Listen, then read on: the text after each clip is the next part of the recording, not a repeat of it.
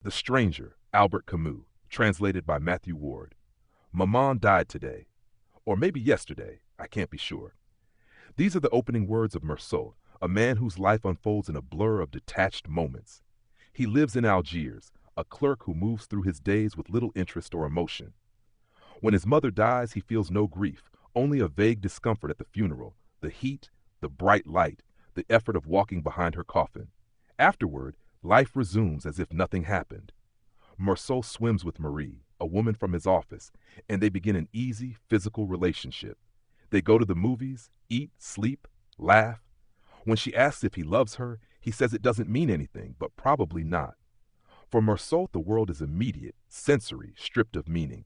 He befriends his neighbor Raymond, a violent man who beats his mistress and asks Meursault to write her a cruel letter. Meursault agrees, indifferent to right or wrong. When Raymond's abuse leads to a fight with the woman's brothers, Meursault finds himself drawn into the conflict. On a blindingly hot day at the beach, he encounters one of the brothers, the Arab, alone. The sun burns, the sweat blinds him, and when the light flashes off the Arab's knife, Meursault fires his gun. Once, then 4 more times, like knocking on the door of unhappiness. The second half of the novel shifts to his trial. The murder itself matters less than his character. The prosecutor paints him as a monster, not because of the killing, but because he didn't cry at his mother's funeral, because he swam and laughed with his girlfriend the next day.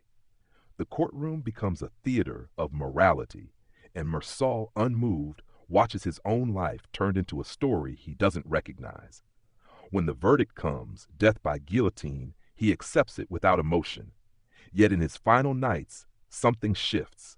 Alone in his cell, awaiting execution, Meursault begins to feel clarity. He sees that the universe is indifferent, just as he is. There is no order, no divine justice, no reason behind existence, only the raw fact of being alive. He realizes that trying to assign meaning is futile, and that true freedom lies in accepting life as it is. As dawn approaches, he imagines the crowd at his execution shouting with hate. In that imagined roar, he feels joy, not in rebellion or repentance, but in recognition.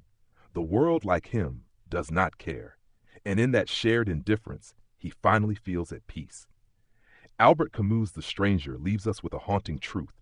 In a universe without meaning, what defines us is not belief or virtue, but the simple courage to face the absurd, to live and to die without pretending that life must make sense.